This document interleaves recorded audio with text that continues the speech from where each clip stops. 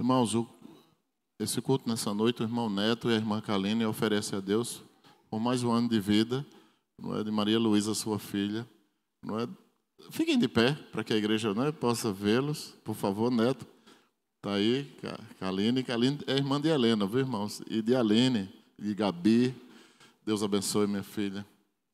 Deus abençoe seu lar. Como é bom render graças ao Senhor. E a igreja, ela está, nesse final de semana que vem, ela estará em retiro espiritual. Então, não haverá culto o próximo final de semana, retornando apenas na quarta-feira com culto de oração e doutrina. Então, sábado não haverá culto, não haverá escola bíblica no domingo pela manhã, domingo à noite não haverá culto, nem terça-feira escola bíblica. Então, a igreja só retorna com as suas atividades na quarta-feira.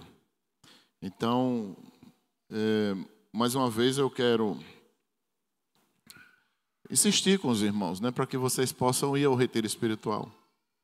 É uma bênção de Deus. Então, eu compreendo muitas coisas também, limite financeiro, tanta coisa, mas o coração de um pastor é para que todos estejam nesses ambientes, não é? Que a igreja esteja, ela se programa o ano todo para estar num lugar como esse. Então, que nós nos esforcemos, trabalhemos a nossa vida para o reino de Deus. Não é? A gente aprenda a poupar, a gente aprenda a se prevenir, a se planejar totalmente para que a gente esteja num ambiente como esse, para que a gente possa desfrutar de paz e de comunhão. E será um retiro, mais uma vez, muito abençoado por Deus, graças a Deus que o Senhor tem nos abençoado. O lugar é belo, belíssimo, e eu tenho certeza absoluta como será uma bênção na vida dos irmãos. E aqueles que não vão poder ir, que estejam orando para que o Senhor nos leve em paz e nos traga em paz também, debaixo da sua bênção, e edificados pelo conhecimento da palavra de Deus. Amém? Abra a sua Bíblia no livro de Coríntios, capítulo 15.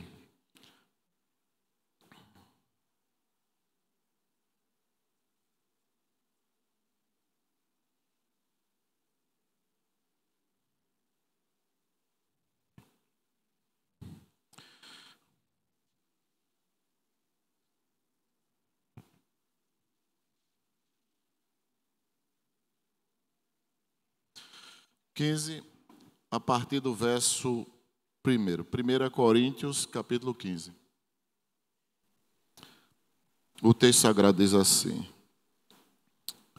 Irmãos, venho lembrar-vos o evangelho que vos anunciei, o qual recebestes e no qual ainda perseverais.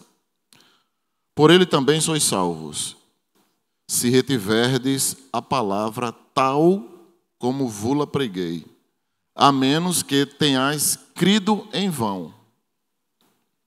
Antes de tudo, vos entreguei o que também recebi, que Cristo morreu pelos nossos pecados, segundo as Escrituras, e que foi sepultado e ressuscitou ao terceiro dia, segundo as Escrituras. E apareceu a Cefas,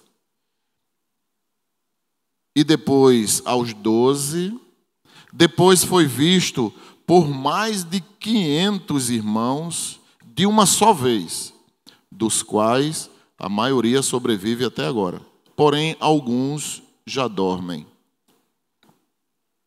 Depois foi visto por Tiago mais tarde. Esse Tiago é o meio-irmão do Senhor, filho de José com Maria.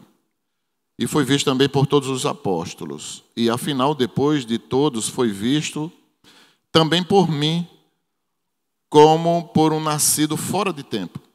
Porque eu sou o menor dos apóstolos, que mesmo não sou digno de ser chamado apóstolo, pois persegui a igreja de Deus. Mas, pela graça de Deus, sou o que sou, e a sua graça que me foi concedida não se tornou vã. Antes trabalhei muito mais do que todos eles. Todavia, não eu, mas o Senhor.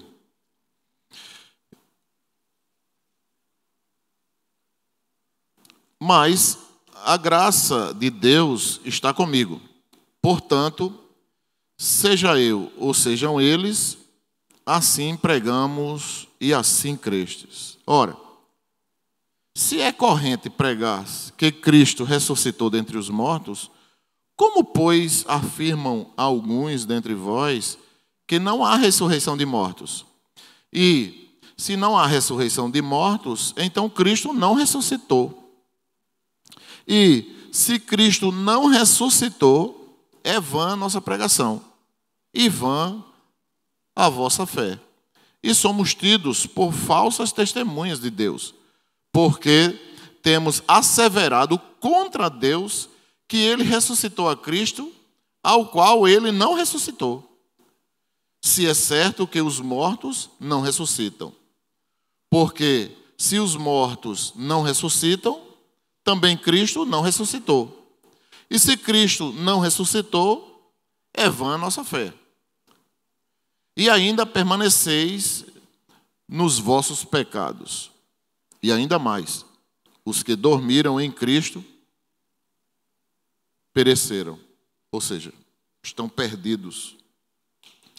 E se a nossa esperança em Cristo se limita apenas a esta vida, somos os mais infelizes de todos os homens.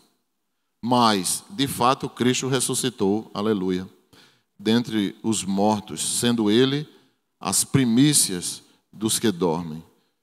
Visto que a morte veio por um homem, também por um homem veio a ressurreição dos mortos. Palavra do Senhor, que Ele nos abençoe. Oremos ao nosso Senhor.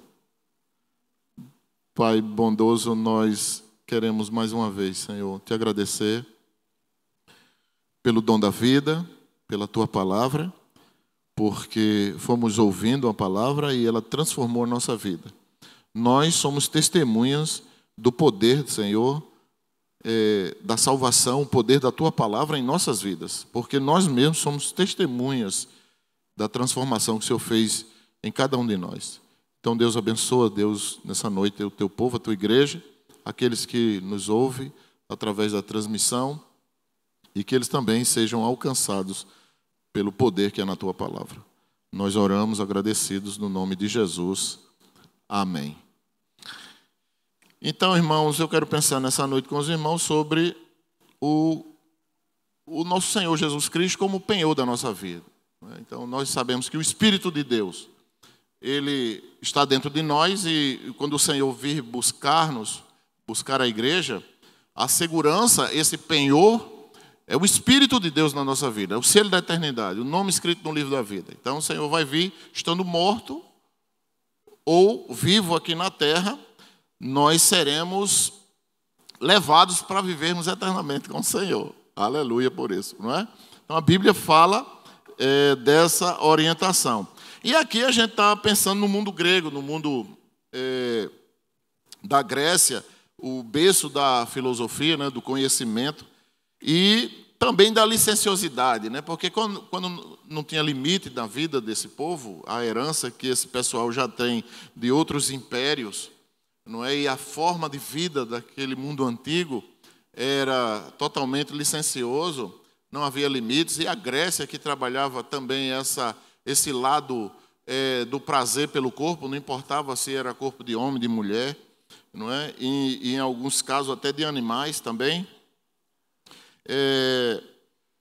Isso não tinha limite, a perversão, nem a bebida, enfim. Como também essa herança desse mundo é trazido para os dias de hoje também, não é? Então, os gregos aqui, irmãos, eles não acreditavam em ressurreição dos mortos.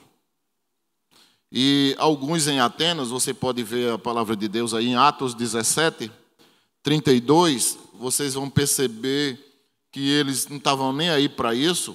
Abram sua Bíblia em Atos 17, 32 e anotem isso, configurando no cruzamento com o texto, que o apóstolo Paulo está pregando sobre ressurreição, e o que é que eles dizem? Atos 17, 32. Diz o texto: e como ouviram falar da ressurreição dos mortos, uns riram. Em outras versões tem escarneceram. Talvez na sua versão tenha escarneceram, Atos 17, 32. E outros diziam assim: acerca disso te ouviremos outra vez. Ou seja, fale outra coisa, converse outra coisa, apresente o que você quer apresentar para a gente em outro momento, aliás, agora, e sobre a ressurreição você apresenta no outro tempo. Ou seja, não queria conversar sobre esse assunto.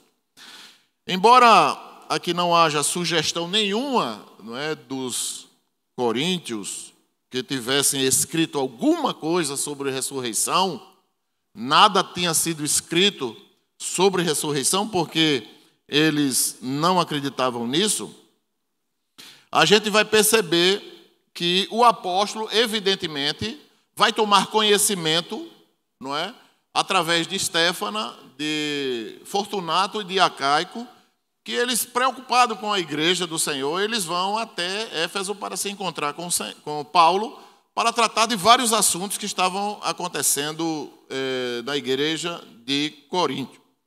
Então, o versículo 12 de 1 Coríntios, capítulo 15, versículo 12, vocês vão perceber o seguinte: ora, se é corrente pregar-se que Cristo ressuscitou dentre os mortos, como, pois, afirmam alguns dentre vós que não há ressurreição de mortos? Então, a própria igreja estava em crise espiritual, em crise de fé, de esperança. E o apóstolo Paulo, de uma maneira contundente, ele vai tratar essas distorções, que é natural acontecer. Eu acredito que, além da falta do conhecimento, também tem tudo a ver com o pecado, né? Os desejos no coração do homem. Por isso que cada caso é um caso e que se precisa ser analisado, mas que a igreja, ela deve buscar o conhecimento. Porque hoje também tem muitos pensamentos, não é? Tem muitos pensamentos de libertinagem, pensamentos depravados, pensamentos que não vale a pena casar, pensamentos que não vale, por exemplo, dizimar. Eu vou dizimar para quê? Não é? Esquece que tudo isso aqui é através dos dízimos e das ofertas. Não precisa ir para a escola bíblica, não é? Cristo salvou, mas também Ele conta comigo para a minha salvação. Eu também tomei minha decisão própria, não é, de escolher Cristo. Comecei a perceber que é bom, é uma filosofia de vida muito interessante. E aí eu quero conviver com essa vida. Outros com a vida espiritual e, ao mesmo tempo, com a vida profana. Tem pessoas que estão na igreja, quando sai, a vida é totalmente liberal. Totalmente liberal. A gente vê os testemunhos através dos escritos, né, dos testemunhos das igrejas, e daquilo que é escrito sobre o comportamento da igreja por toda a sua história. Então, havia essa divergência na igreja que estava arraigando, né, no seio da igreja, na base doutrinária da igreja. Então, isso é um perigo muito grande. Capítulo 15 de 1 Coríntios, versículo 1, o apóstolo Paulo ele vai mudar. A gente leu aqui que ele mudou totalmente do assunto. Vocês lembram que no capítulo 14, ele estava tratando de ordem do culto. Como a igreja deve se comportar no culto de adoração. Tem que ter ordem, tem que ter decência. E aqui, de repente, ele muda o assunto e começa a falar sobre a integridade da mensagem do Evangelho, a qual ele foi transformado e ele enfoca essa doutrina da ressurreição. Muda radicalmente o seu discurso na carta. Eu acredito que devido tantas perguntas que Estéfanas, que era as primícias, né, um dos primeiros a se converter ali em Atenas, ele, preocupado com a igreja, vendo toda a influência que a igreja estava passando e fugindo daquilo que eles foram ensinados, então Paulo ele já muda automaticamente aqui do assunto e vai tratar sobre a mensagem do Evangelho que enfoca a doutrina da ressurreição. O versículo 2 diz assim: por meio dele também sois salvos. O versículo 2 do capítulo 15. Por meio dele também sois salvos, desde que vos apeguei com convicção. Preste atenção no texto. Por meio dele também sois salvos, desde que vos apeguei com convicção à palavra que vos anunciei. Caso contrário, tendes crido em vão. Irmãos, às vezes eu faço algumas coisas, eu não quero orientar ninguém a fazer isso, pelo amor de Deus. Não é eu fazendo uma análise da minha personalidade e entendendo a força pecaminosa que gera, às vezes, no coração do homem.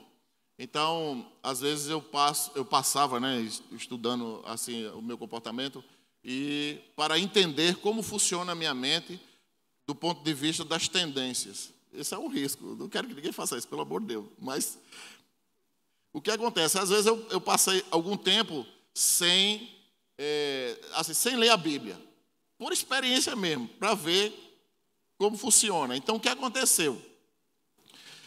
Naturalmente, a nossa mente vai mudando de um jeito que só Cristo, irmãos. Que só Cristo, não é? Por isso que eu tenho uma vergonha, na realidade, do pecado que tem dentro de mim, dos sentimentos que às vezes eu tenho, né, dos pensamentos que eu tenho. Né? A gente está aqui para doutrinar todo mundo, inclusive o pastor, né? O pastor, então... Não existe essa ideia de que o pastor ele é um cara super poderoso. Não existe isso, irmãos. A gente precisa estar orando todos os dias, lendo a Bíblia todos os dias. E se você passa um dia sem ler a Bíblia, sem orar, não é? Eu louvo a Deus porque eu me esforço muito para que isso não aconteça. Não é? Eu fiz isso apenas para ver quando eu estava estudando a psicologia, né? Então, como a mente humana ela puxa você, não precisa você fazer muita força, não. Ele vai impulsionando você para as coisas. O velho homem começa a se espreguiçar dentro, do túmulo. Então, o versículo 2, Paulo vai dizer isso. Por isso que 9:27, abra a sua Bíblia, voltando, 1 Coríntios 9:27, eu quero que vocês leiam bem tranquilamente esse versículo. Eu vou ler logo agora. E eu quero que vocês fiquem olhando para o texto e fiquem refletindo. Pensando assim, o que é isso? O que isso quer dizer para mim? O que isso me disciplina? Todos acharam?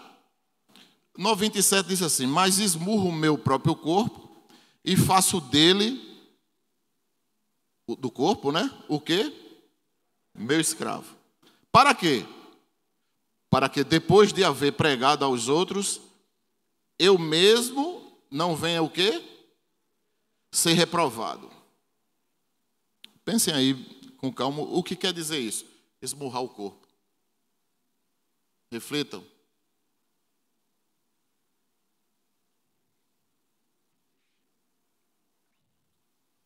Irmãos, esse esmurrar o corpo é muita coisa. Existem muitos ensinos.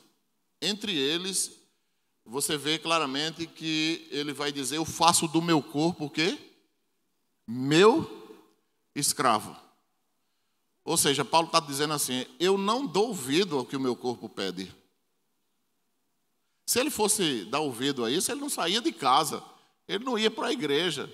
É muito fácil a gente dizer assim: eu estou com uma dorzinha no pé, não vou para a igreja.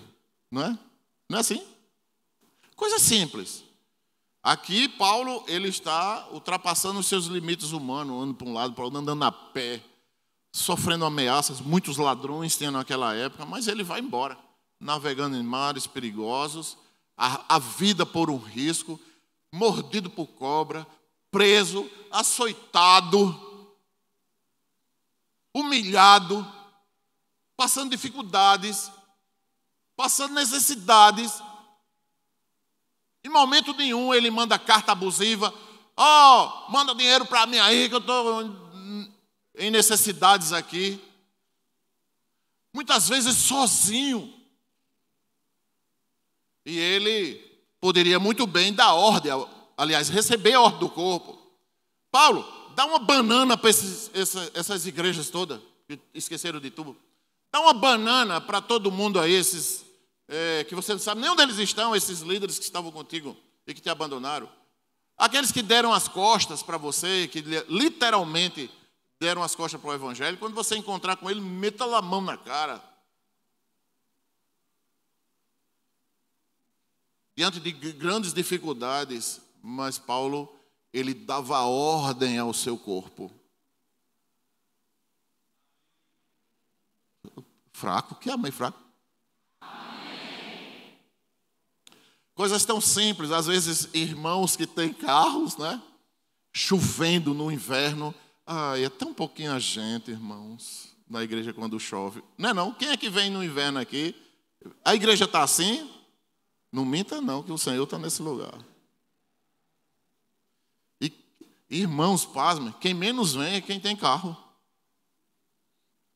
Isso não é esmurrar o corpo, não. Isso é conforto, não é não? Se uma pessoa não consegue vir na chuva de carro para a igreja, imagina ele passando uma dificuldade.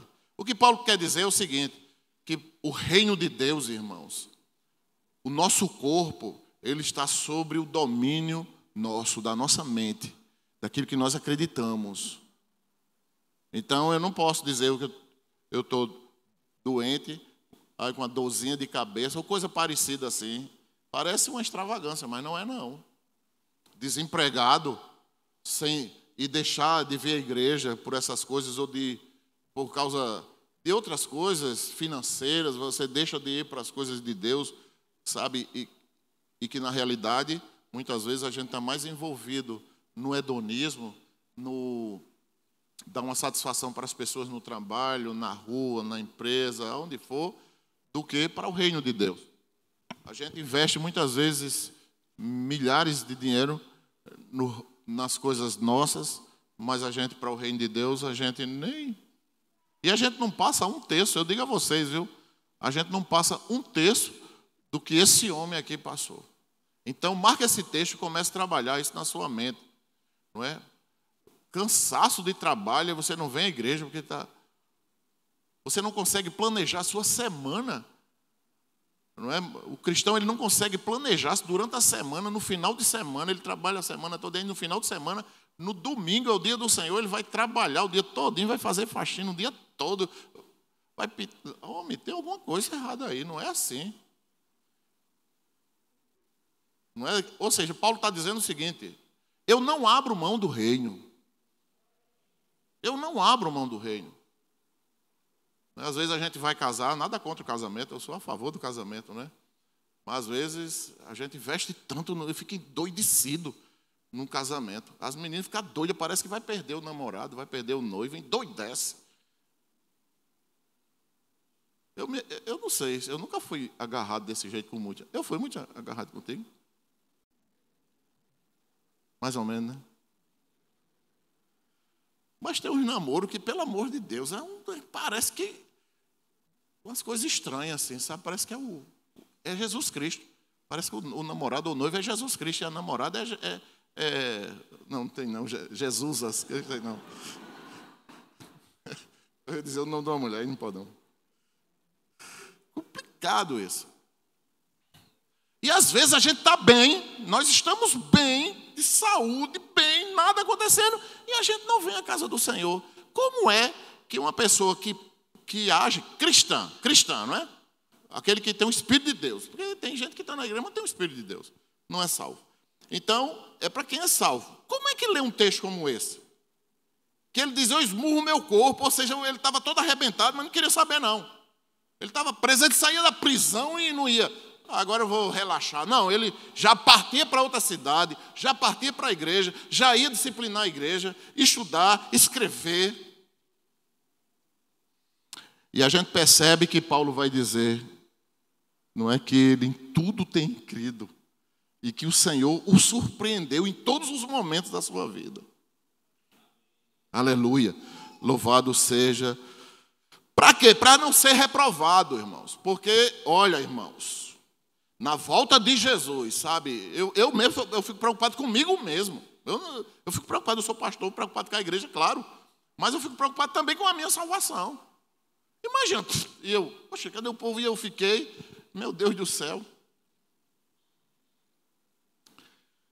Então a gente não deve brincar com isso, porque se Paulo fez os limites máximos da sua vida para servir a Deus, quanto mais a gente nos dias de hoje, com todos os recursos que nós temos, não é? Então, irmãos, a resposta de Paulo aqui é o resultado de convicções inabaláveis da argumentação lúcida do ensino do Evangelho, que transformou a vida dele. A importância da ressurreição, não é? É o ponto-chave da fé cristã. É a doutrina mais importante. É a ressurreição, que estabiliza a fé da igreja hoje. Porque a igreja hoje prega a volta de Jesus Cristo. E ele vai voltar. Ele já disse aí claramente, os sinais estão muito claros na vida de todo mundo. Inclusive o esfriamento da igreja, porque a igreja está esfriando. Por isso que esse ano todo tem esse tema, para mostrar à igreja, para que a gente possa voltar à fogueira, a voltar a ler a Bíblia, a estudar, a vir à casa do Senhor. Olha, irmãos, deixa eu dizer uma preocupação que talvez você nem se preocupe, nem pense nisso. A igreja recebe os dízimos das ofertas e investe em compras de revistas, para que a igreja possa crescer. Aí o que é que acontece? A igreja faz uma compra, quando vê as matrículas lá embaixo, aí fica um montão de livros que a igreja faz uma perspectiva do ano seguinte, mas teve um crescimento, vamos comprar mais livros. Não é? Pelo menos aquelas da sala que teve. Aí de repente, não, a gente teve que pegar um monte de livros e doar, revista, e doar para outra congregação, para atender as necessidades. Aí agora, a igreja, graças a Deus pela pregação da palavra, a igreja está de novo pegando fogo, aleluia. Meus irmãos, e eu espero que não seja até o aniversário da igreja, que seja por toda a vida, que não fique só naquela oração de fim de ano. Senhor, esse ano eu vou sair já no dia 1º com toda a goitana. Não é você com todo mundo no coro mesmo, atrás do reino do evangelho, vou pregar, vou para a escola bíblica, vou ficar santo. Aí, em vez de crescer assim, quando chega no meio de março, abril, vem a chuva, ai, casa tão bom. Aí, fim do ano, aí chega de novo, Senhor, no fim do ano, dia 31, tu sabes, né, Senhor, das minhas fraquezas. Então, o que é que se observa no comportamento da igreja do Senhor nos dias de hoje? Assim, ó. É uma curva, a hora está lá em cima, a hora está lá embaixo. Isso mostra o quê? Mostra o sinal da profecia, que é o esfriamento do amor. Irmão, se Deus arrumou um emprego para você, se organize mais ainda e dê mais tempo para Deus. Se Deus está dando capacidade de você trabalhar e fazer uma universidade, então dê mais tempo para Deus. Se esforce mais. Deus está abençoando a sua vida, se esforce mais para servir a Deus de todo o seu coração. E não fique dizendo, Deus, é porque estou muito ocupado e eu não posso ir mais à casa do Senhor. Então, do 3 ao 11, Paulo vai dar agora uma prova histórica. Nós lemos aí que foi visto por Paulo, Jesus foi visto por Pedro, foi visto pelos apóstolos, foi visto por mais de 500 pessoas de uma vez só. Olhe Atos dos Apóstolos, capítulo 1, versículo 3. Olha aí, Atos dos Apóstolos, capítulo 1, versículo 3. O que é que Lucas vai dizer acerca do tempo histórico, do tempo da ressurreição do Senhor Jesus Cristo? Atos 1:3 diz o quê? A estes também, depois de ter padecido, se apresentou, de que maneira? Vivo, com muitas provas incontestáveis, aparecendo-lhe durante quantos dias? 40 dias, e falando das coisas concernentes ao reino de Deus. Aleluia. Não é? Jesus disse, vamos agora para a balada? Não. Jesus não disse isso, não. Ele foi logo atrás dos apóstolos no rio, lá no lago de Nazaré, e chamou eles, convocou eles novamente. E João disse, Pedro é o Senhor, Pedro. E foram para lá e viram aquela alegria toda. O Senhor passou 40 dias aqui na terra. E depois ele foi elevado aos céus. Então, mais 10 dias, o Espírito de Deus chegou à terra. E não adianta a gente especular porque foi esses dias, porque as coisas que pertencem a Deus, sobre a soberania de Deus, o tempo e a época que o Senhor estabelece pela sua plena e poderosa e soberana vontade, não nos pertence saber. Então, 10 dias depois, chega o Espírito Santo.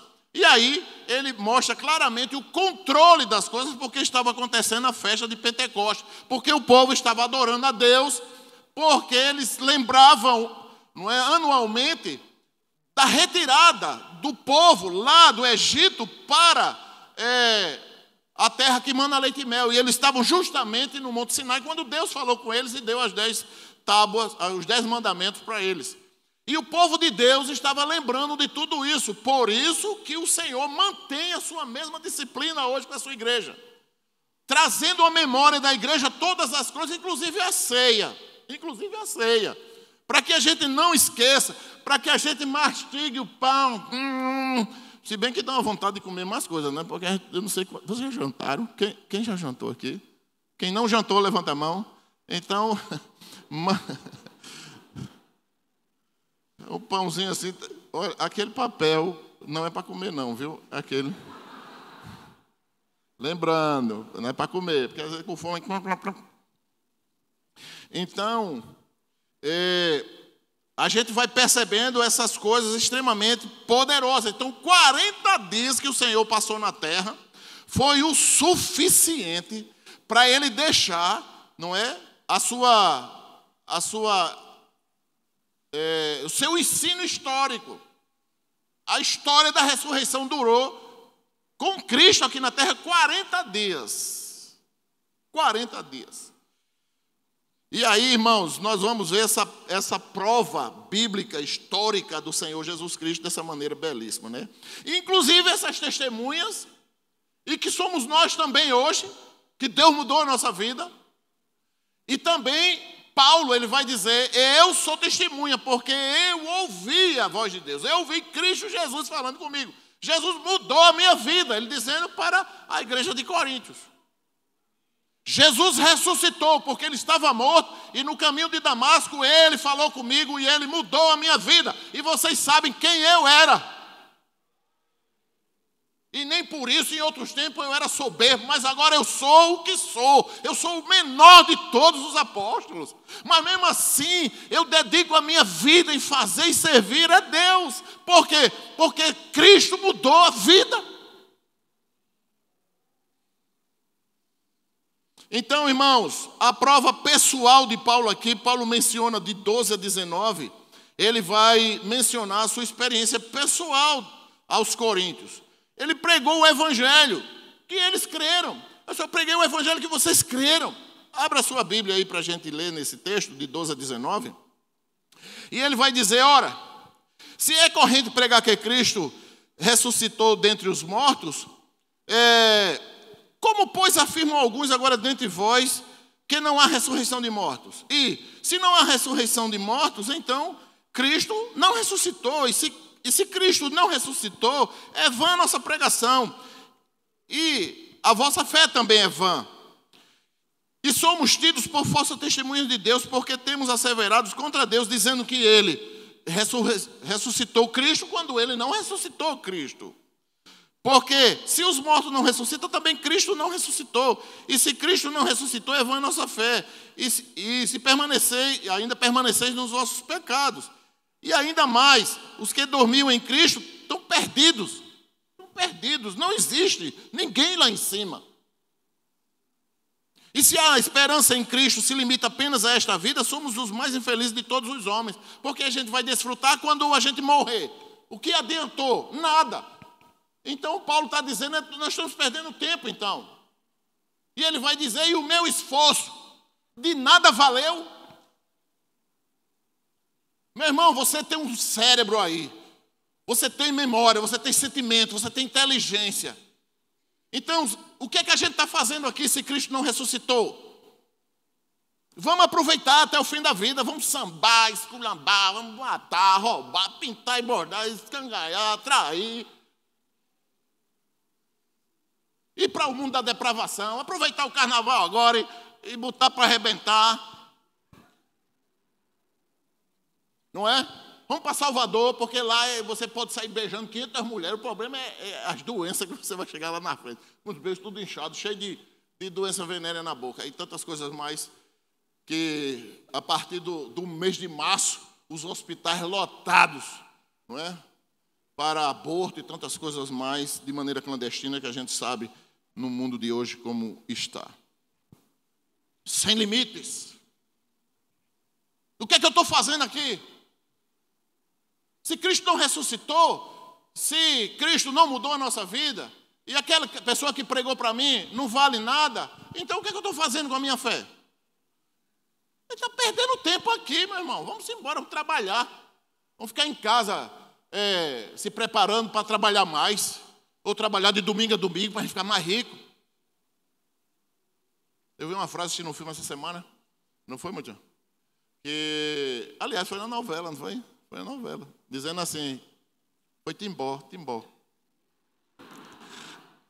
dizendo assim, eu não posso ficar rico não, porque se eu ficar rico eu não tenho com quem dividir.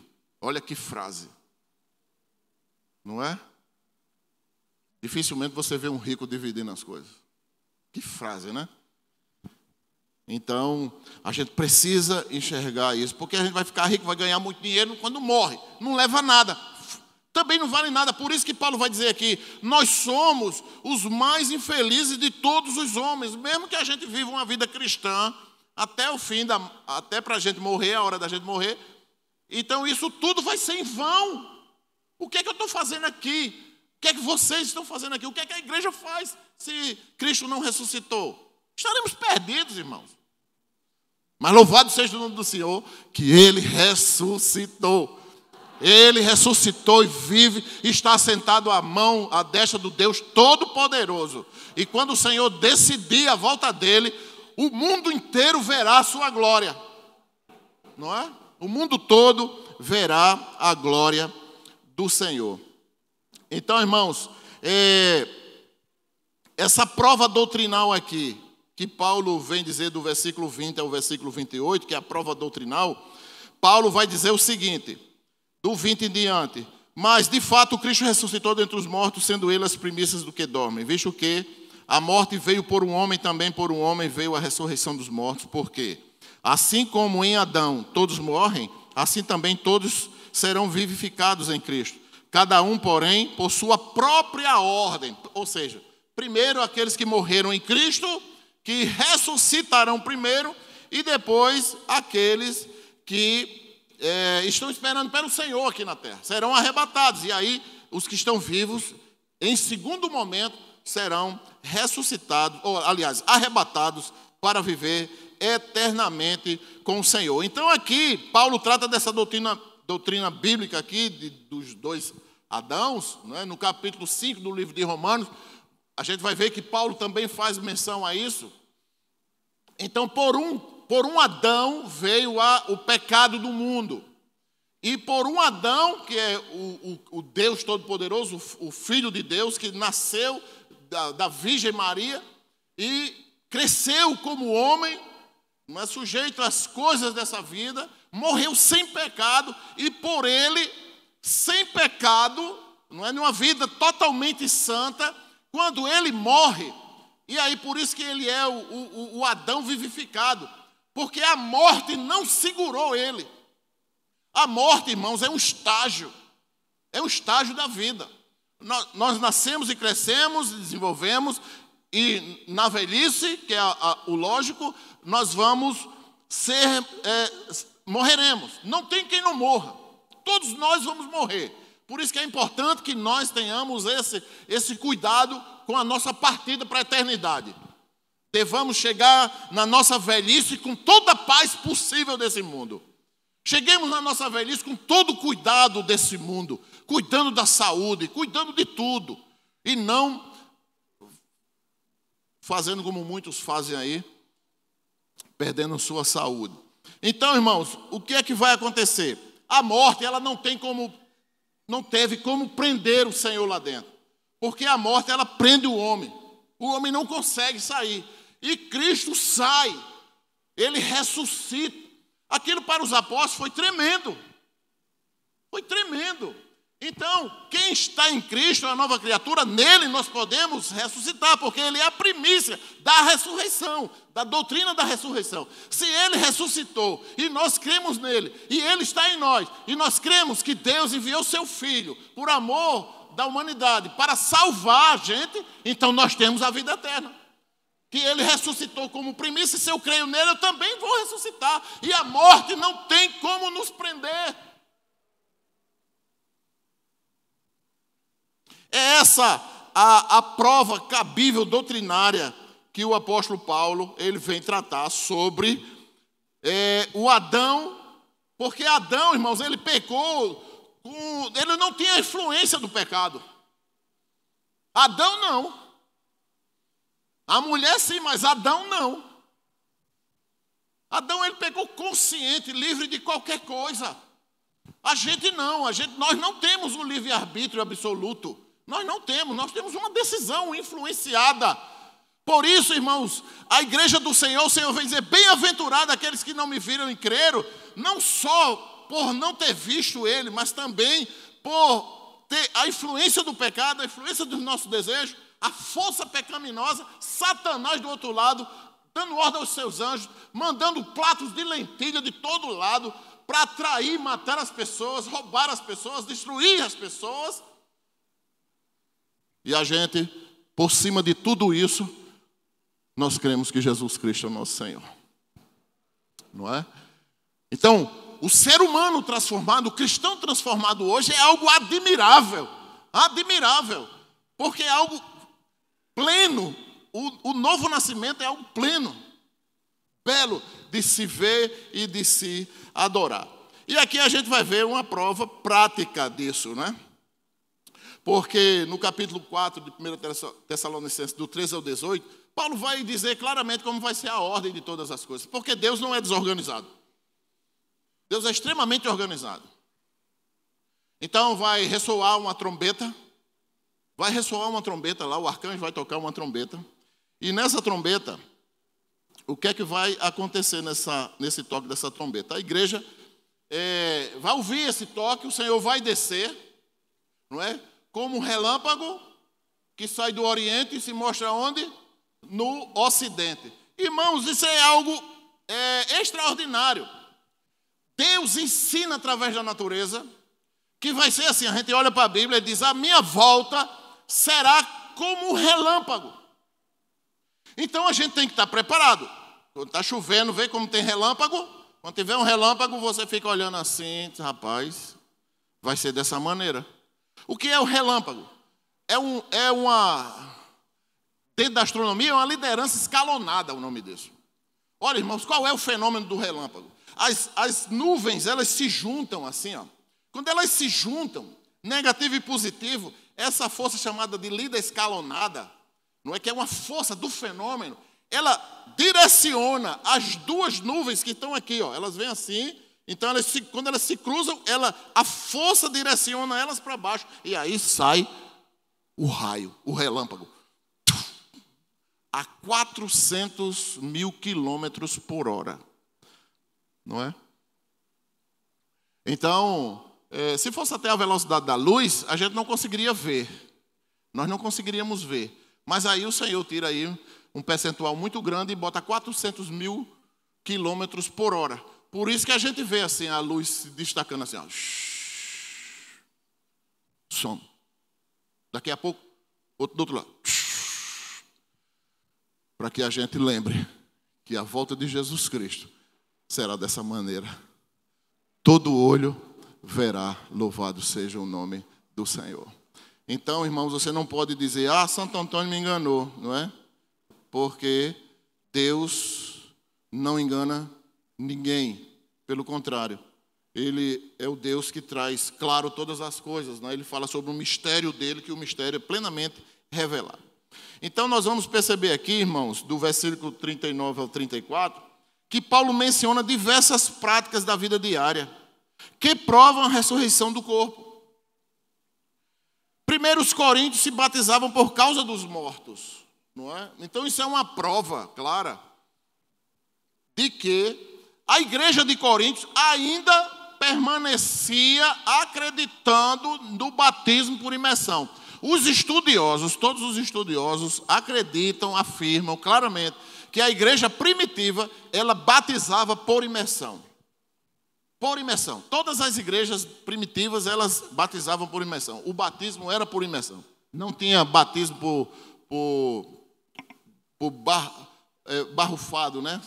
Jogar ou por aspersão, né? Aspersão é jogar água e barrufamento é jogar no rosto, assim. Tem um tipo de batismo que você joga no rosto, assim. O outro é você derramar água sobre a cabeça. Então, a igreja do Senhor não batizava dessa maneira, mas sim por imersão. Isso é algo notório no meio dos eruditos e dos estudiosos da palavra de Deus. Então, irmãos, isso é uma prova clara que eles ainda estavam remanescentes, a crença, não é, no batismo por imersão, no batismo da ressurreição, porque eles acreditavam na ressurreição em seus corações, mas estavam atribulados, perturbados com esses ensinos terríveis vindo da parte da heresia, que o diabo é estratégico nisso, em confundir a mente das pessoas. E aqui a prova prática, de 29 a 34, de qualquer maneira, a igreja de Corinto ainda praticava o batismo de uma maneira clara.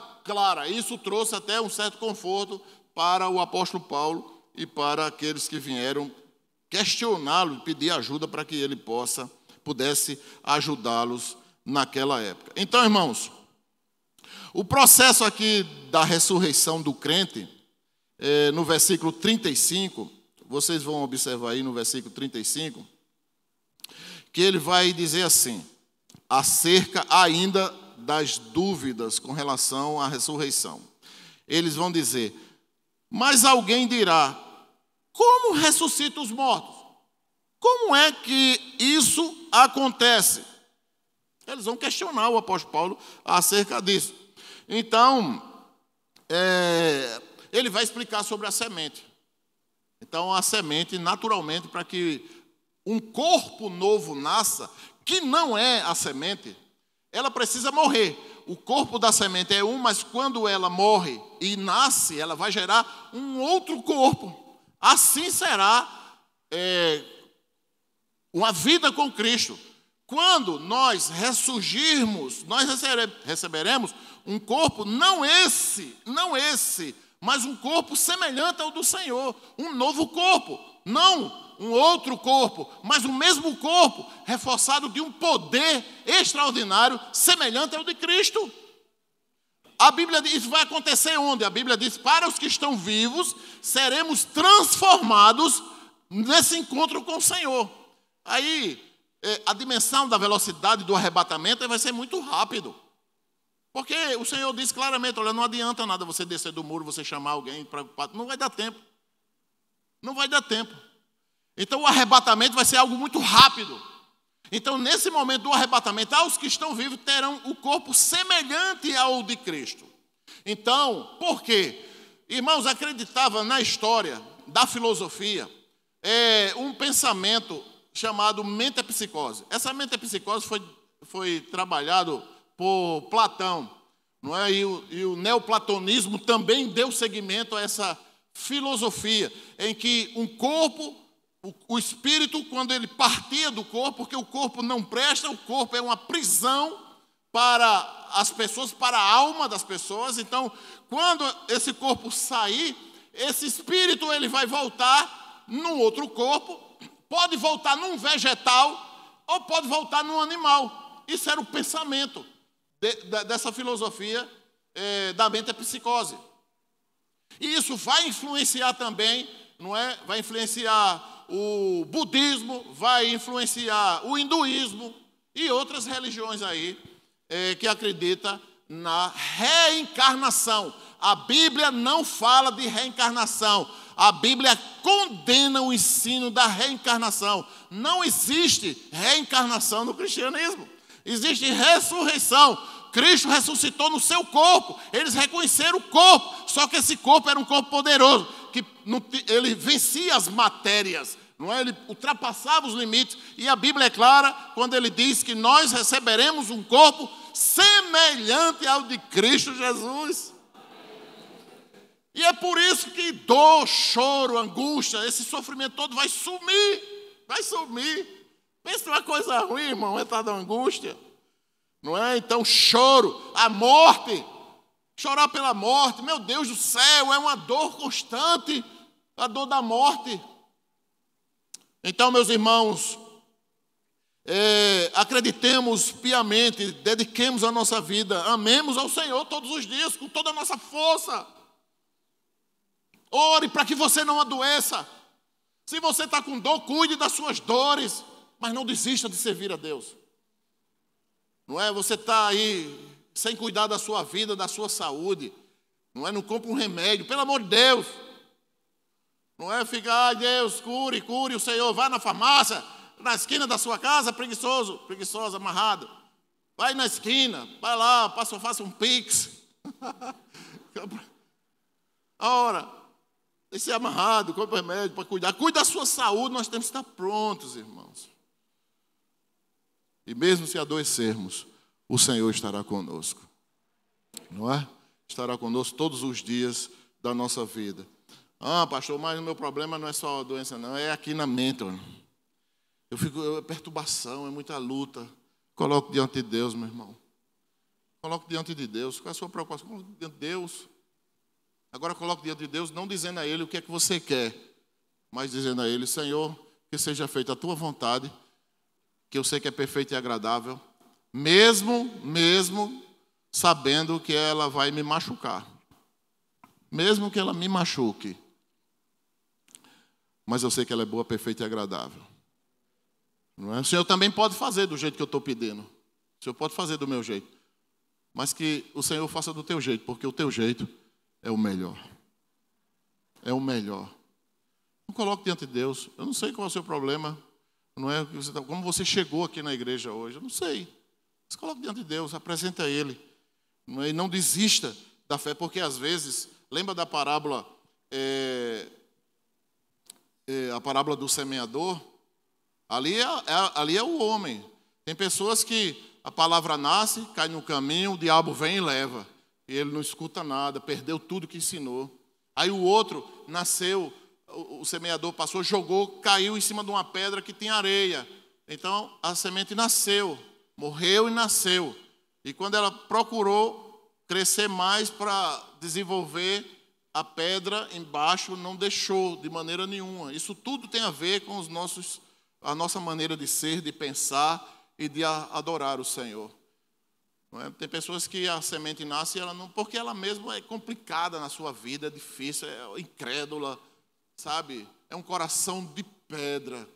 E o Senhor, Ele faz de tudo, mas a palavra não entra de jeito nenhum. E essas pessoas morrem, espiritualmente morrem. E outra semente, ela cai num terreno fértil, muito fértil. É tanto que tem muitos espinhos, porque o terreno é bom. Os espinhos nasceram ali. Ele nasce também, mas os problemas da vida que ele mesmo, ou que ela mesmo constrói, trazendo problemas para ela mesma, para ele mesmo, sabe? Porque às vezes somos nós mesmos que criamos espinhos para nos furar, para atrapalhar, para complicar a nossa vida, dificultar. Depois a gente vai dar justificativa para quem? Para Deus? E ela sufocada, ou ele sufocado, não consegue crescer, porque os problemas da vida, suas dificuldades, não é? E tantas outras mazelas que as pessoas têm, elas preferem morrer do que vencer suas dificuldades. E a Bíblia vai falar de outro terreno, que é o terreno que cai uma semente e nasce 100. Não é? 100 frutos daquela semente são gerados, para gerar mais 100, mais 100, mais 100. Então, irmãos, analisemos a palavra de Deus com propriedade, com muita segurança, porque o processo de ressurreição do crente é real. O corpo físico dele será sepultado, mas a morte, não tem poder sobre ele, porque o que está dentro de nós é maior do que o que está aí no mundo. Cristo está dentro de você. Quando você morrer, a morte não lhe prende, porque você está dentro do corpo de Cristo. Se você está dentro do corpo de Cristo, como a morte tem poder de segurar você lá dentro da morte? Não tem como. Satanás não tem como segurar, nem ser jogado no inferno, de maneira nenhuma.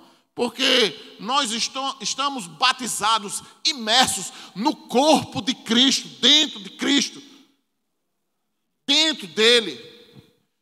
É tanto que o próprio Deus, quando ele faz isso, Jesus mesmo disse: aquele que o Pai me deu, de maneira nenhuma eu lanço você fora. Por isso, irmãos, a nossa devoção a Deus é de dizer para Deus: Senhor, eu sou fraco aqui, meu Deus, me ajude. Eu estou com dificuldade aqui, Senhor. Apresenta a Deus as nossas dificuldades. Porque apresentar as dos outros é fácil demais, irmão. É muito fácil.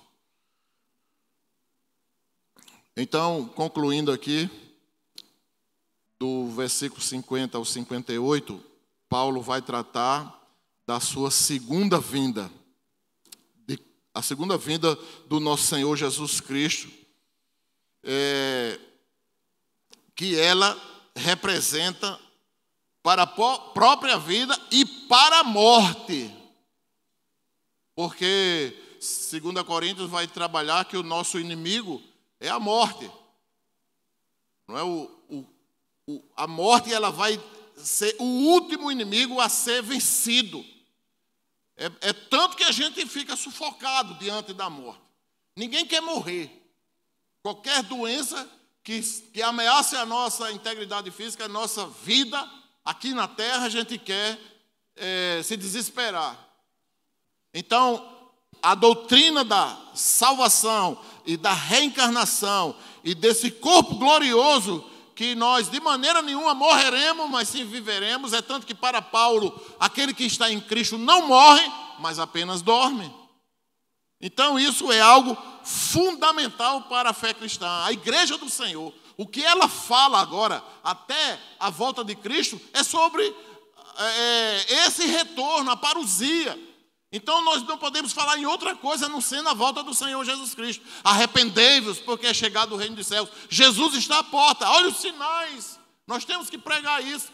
A igreja não pode se afastar dessa pregação, porque a pregação principal é a volta do Senhor Jesus Cristo. Então, irmãos, quando Cristo retornar, os mortos, eles serão ressuscitados. Amém? Os mortos, eles serão ressuscitados. Então, a gente já começa a ver algo belíssimo, que eu acredito que o que Paulo viu no terceiro céu foi justamente isso. Não é esse setor do terceiro céu, do paraíso. Então, a Bíblia diz que aqueles que morreram, eles serão as primícias, e nós que estamos aqui vivos, aqui na terra, seremos arrebatados ao encontro do Senhor, e todo olho verá a volta do Senhor. Amém? Que Deus abençoe você, que você esteja preparado para a volta de Jesus Cristo. A minha missão como pastor e os pastores dessa igreja e todos os pastores é mostrar o quanto é importante que você esteja na casa do Senhor. O quanto é importante você ter autoridade espiritual dentro da sua casa. Porque, mais uma vez, eu quero confessar a vocês que eu não me alegro de maneira nenhuma quando eu vejo uma família cristã com os filhos que confessaram a Cristo e estão aí fora da igreja. Eu quero dizer a vocês que isso não alegra meu coração, nem o coração dos pastores. Eu fico muito triste. Eu não vou dizer a vocês, e eu quero dizer a vocês de todo o tempo que eu estou aqui, eu nunca fiquei tão preocupado, tão ansioso, tão triste, não é devido a essas questões. Eu sei que a palavra de Deus está sendo cumprida, mas eu não me conformo com isso. Eu não me alegro em ver jovens que eu vi aqui, que outros pastores também testemunham disso. É numa boca só de todos os pastores conversando sobre isso. Então isso é um sinal. Isso é um sinal, não é só um pastor que fala. São todos os pastores. Quando se reúnem, a preocupação é essa. O que é que está acontecendo com os filhos dos crentes? O que é que está acontecendo com eles? Que eles estão querendo agora aproveitar a vida, irmãos. Então, que Deus abençoe a vida de vocês. E eu quero dizer a vocês claramente que eu oro e não abro mão dessa minha oração. De que vocês, todos vocês, possam encher a boca e dizer: eu e a minha casa servimos ao Senhor. Não é? Para que não seja o contrário disso. Uma família na igreja diz esse versículo: eu e a minha casa servimos o Senhor. E os outros ficaram todos tristes porque não podem abrir a boca para dizer isso. O diabo bota um tampão na boca para dizer: você fique calado. Você fica calado. Esse versículo você não diz porque eu lhe impedi de dizer isso. Então, irmãos, a minha alegria é que todos nós que estamos aqui possamos dizer, todos juntos, vamos dizer: eu e a minha casa serviremos ao Senhor. Aleluia. Feche seus olhos. Feche seus olhos. E eu quero dar a oportunidade, se há alguém nesse santuário que quer aceitar Jesus Cristo como Senhor e Salvador da sua vida. Se você quer aceitar Jesus Cristo, se o Senhor Deus Todo-Poderoso tocou no seu coração e você quer fazer essa decisão nessa noite, levanta a sua mão assim: pastor, eu quero aceitar Jesus Cristo como Senhor da minha vida. Há alguém nessa noite aqui? Levanta a sua mão, eu quero orar por você, corajosamente. Outra oportunidade é para aqueles que estão afastados dos caminhos do Senhor. E nessa noite você quer voltar a essa aliança com Deus e com a igreja. Essa ideia de dizer: não estou na igreja, mas estou em comunhão com Deus. A Bíblia não fala isso não. Isso é um ensino de Satanás. Não é Satanás usando a sua mente, trazendo esse conforto enganoso. A Bíblia não fala isso não. Alguém nessa noite que quer tomar essa decisão, levanta a sua mão, eu quero orar por você. Não havendo, eu quero também dar a oportunidade essa noite para você orar por alguém da sua família. Lembre-se de alguém da sua família que está precisando, ou mais pessoas. Apresente essa pessoa nesse momento para Deus.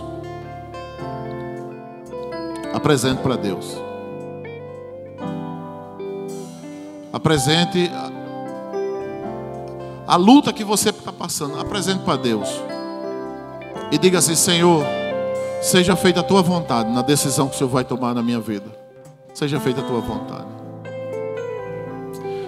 Senhor Deus Todo-Poderoso, Criador do céu e da terra, aqui, Senhor, reunidos em um só corpo, Deus, em uma só adoração, um só Espírito, Deus, nós estamos reunidos para glorificar o Teu nome. E agora, Deus, no final do culto, nós queremos apresentar a Deus todos os pedidos dos Teus filhos. Eu não sei, mas o Senhor sabe de todas as coisas. Que o Senhor possa ouvir, em nome de Jesus Cristo, a oração, meu Deus, que está sendo feita nesse momento pelos Teus filhos. Ouve, Deus, a oração que está sendo feita nesse lugar. E como fez Davi, Teu servo, quando ele apresentou a sua oração, ele ficou esperando a Tua resposta. Que assim seja, meu Deus. Quando os teus filhos receberem a tua resposta sobre a oração deles feita nessa noite, eles possam voltar à tua casa para agradecer pelo teu amor e a tua misericórdia para conosco. Deus abençoe os teus filhos, sua casa, sua família.